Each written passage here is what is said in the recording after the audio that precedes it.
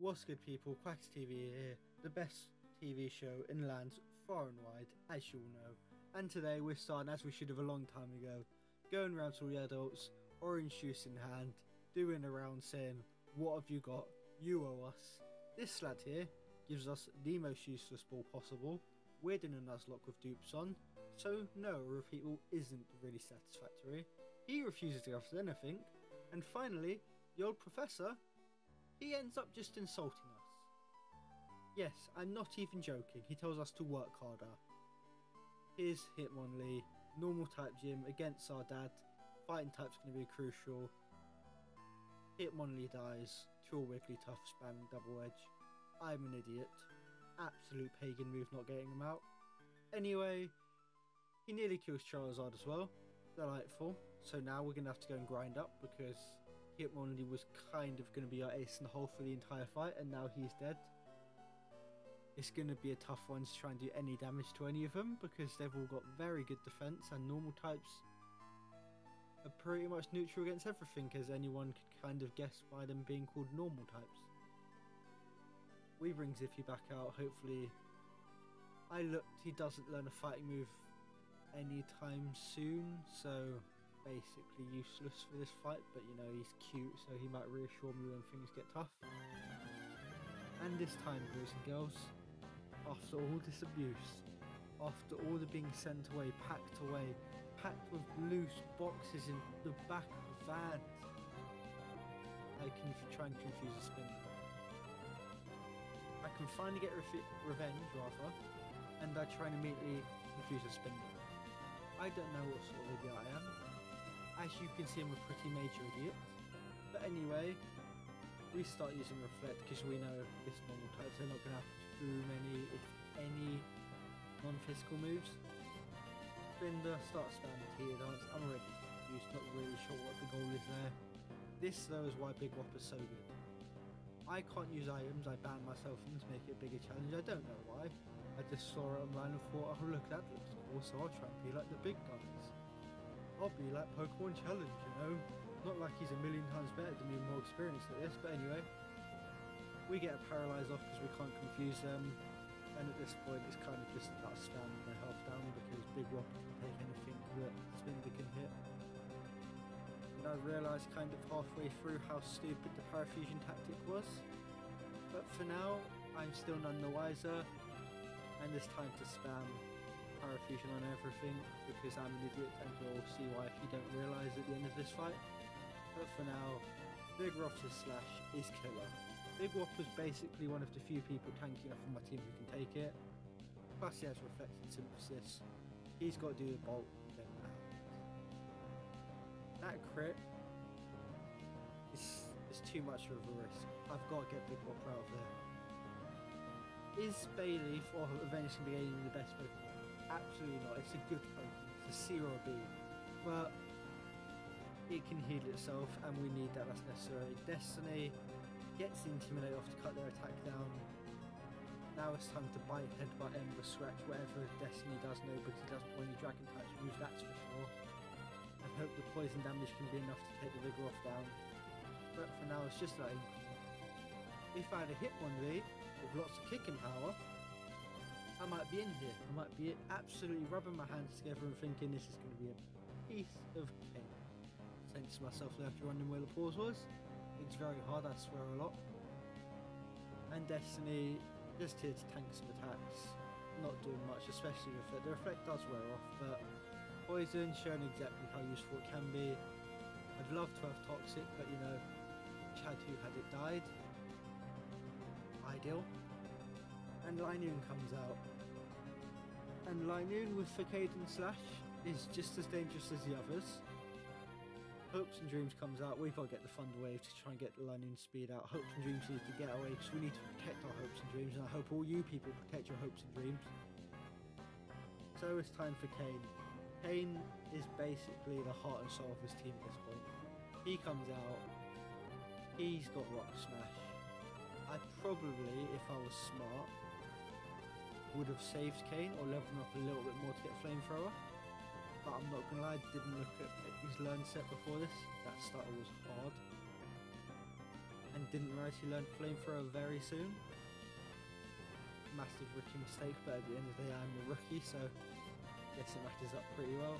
We send out Prick, we know Lionel's paralysed again, but everyone's sitting there laughing at me for keeping paralysing him. I've learned from my mistake now.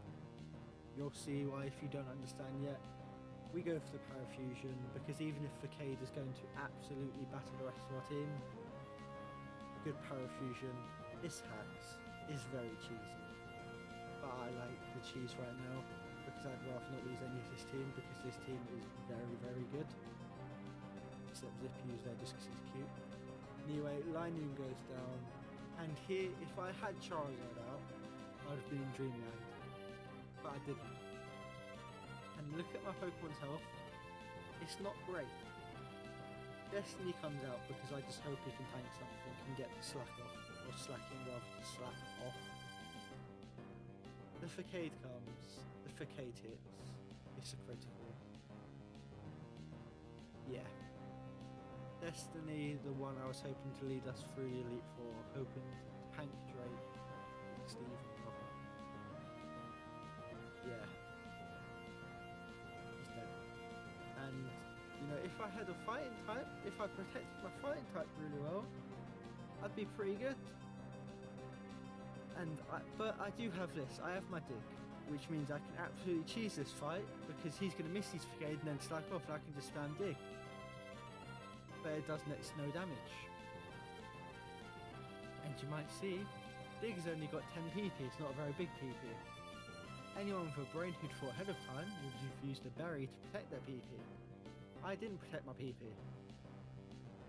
So now, I can do as much damage as I like, but you know he's just going to heal up, and eventually, Dig's going to run out. And Charizard doesn't have anything left, because I decided, oh I'm smart, I'll use Dig, instead of his fire moves. I move, and you look at my team, and I've got nothing left. I wanted to perish on, but I thought he'd just kill the Lapras. I thought I'd try and protect him and go for Confuse and hope for the best RNG possible. Doesn't happen. Leaves me with next to nothing. I switch in Charizard, thinking he could do something. He really can't, which means I now have to sack off Zippy as well, because I'm an absolute idiot. And here I'm panicking. So again, I just go for luck, to be honest.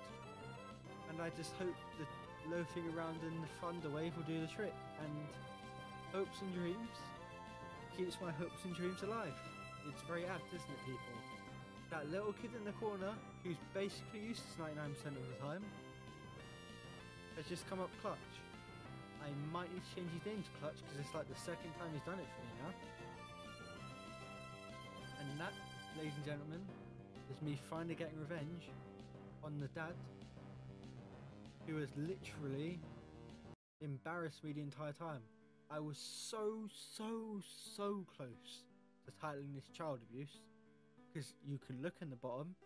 If you saw what he'd done to my team, it is basically akin to it. But I just didn't think it was appropriate, so I didn't. I don't know what I'm going to name it yet, because I'm in the middle of commentating it. But I really did want to name it child abuse, because he has just abused my team. Oh, and guess what? Even after beating him, you'd hope I'd finally earn his respect. Nah, he sends me packing immediately with this stranger again. What the hell, Dad? Help a guy out. What is this? And to be fair to him, he gives me surf. So in, what, about 30 seconds of knowing the lad, he's been nicer to me rather than my dad has the entire time. And this was painful. This genuinely hurts so much putting all of them away. We get Feraligatr out, we get Butterfree out, we get Mankey. I know you're going to be saying you could have leveled up Mankey. I work a full-time job and go to university. I don't have time to grind 25 levels on a Mankey right now. I'm sorry. But anyway, you look at it, it's just not the same. And you're wondering now, why does he sound depressed? Why is he showing us a random fight? He cuts out all of the random fights. This must mean he loses a Pokemon. Hopes and Dreams looks awfully weak. No, he might have just seen in the top right corner, because editor Quackers is an idiot who cut out of the main footage, The tree these lads were hiding contained a Master Ball. And I didn't shuffle items, so there was no guarantee I was going to get a Master Ball, because you don't get given the Master Ball on this. I just got incredibly lucky. And we get even luckier. Right after, one of our S tier Pokemon dies in Salamence, another very good Pokemon Lapras dies. Here is the savior of the series. I was gutted, even after getting the Master Ball, after losing those three. And in comes Pupitar, who can turn into Tyranitar to save me, to be honest. I know he's going to be a bit like Dragonair again, and we're going to be carrying two people for a while. Especially as he's level 10.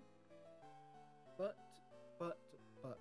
when we get to the Elite Four, when we get to that final Wally fight, imagine having a Tyranitar to just Earthquake everything. Kate and Liza are going to be spamming Earthquake against me later on, so you're going to know what it's like, how powerful Earthquake can be. So when we get this T-Tar going, get that Earthquake spam flowing, we're going to be in for it, boys. So we get lucky, we get a savior to the series. Pupitar, welcome to the team. Butterfree, thank you for helping us catch a replacement. I don't know why I tried to fund wave it, I'm a bit of an idiot. We name it Saviour, which is very apt, because it basically did just save the series for me. Honestly, if Hopes and Dream dies at any point now, I'll probably just restart the whole save. But we get even luckier, and I do not mean lucky in a Mawile, because I hate Mawile. It's not a good Steel type, it's not a really good Pokemon, it's incredibly hard to look at, and it kept popping out of all of my Great Balls. And eventually, you get tired of something popping out of all of your Great Balls. Especially when it nearly kills your big Whopper before it's just about to turn into a Mega Whopper. So I just kill it, because I'm bored. I don't want a Mawile, and it's being annoying. And then just before we get to land, oh my. People who have played Emerald will know next gym leader is a bird type user. So when you see a level 31 Magneton come up on your route as your first Pokemon encounter, even I don't know how I got this lucky. And yes, it killed Flutterby, annoyingly. But Magneton, it's going to join the team. It can't do much to Saviour, because Saviour's a ground type and I love him already. And suddenly, the team's back, boys and girls. We've got a Meganium too. That, boys and girls, is the episode. I hope you've watched. You saw I met a Volbeat. I don't want a Volbeat on my team. I hope you enjoyed. Whack us out. Have a good one. Peace.